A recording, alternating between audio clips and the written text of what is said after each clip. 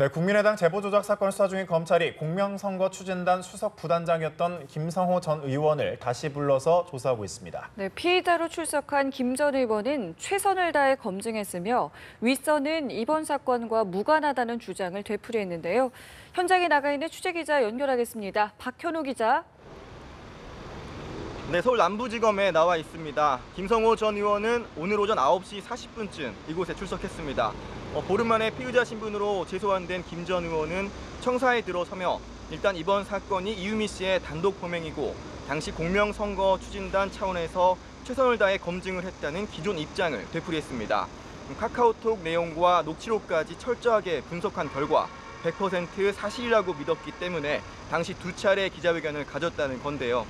그러면서도 결과적으로 조작된 제보를 거르지 못한 데 대해선 송구스럽게 생각한다고 덧붙였습니다. 김 전 의원은 이른바 윗선 개입 등에 대해서는 공명선거 추진단장이었던 이용주 의원은 당시 선거운동 때문에 지방에 가 있었던 상황이라 보고를 받지 못했고 추진단 시스템 내에서 언론 보도 등을 결정한 사안이라 안철수 전 대표와도 무관하다고 선을 그었습니다. 네, 김 전 의원에 대한 오늘 검찰 조사는 어떤 부분에 대해서 이뤄집니까?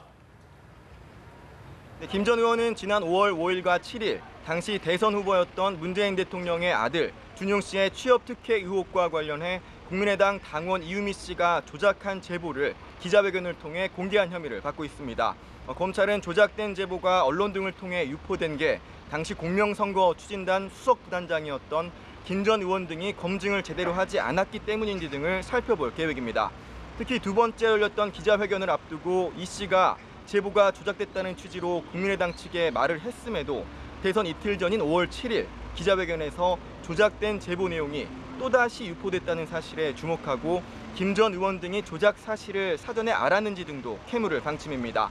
검찰은 또 필요하면 공명선거 추진단장이었던 이용주 의원을 불러 조사한다는 방침인 것으로 전해졌습니다. 나아가 박지원 전 대표 등 당 지도부를 조사하는 방안도 배제하지 않고 있는 것으로 알려졌습니다. 서울 남부지검에서 연합뉴스TV 박현우입니다.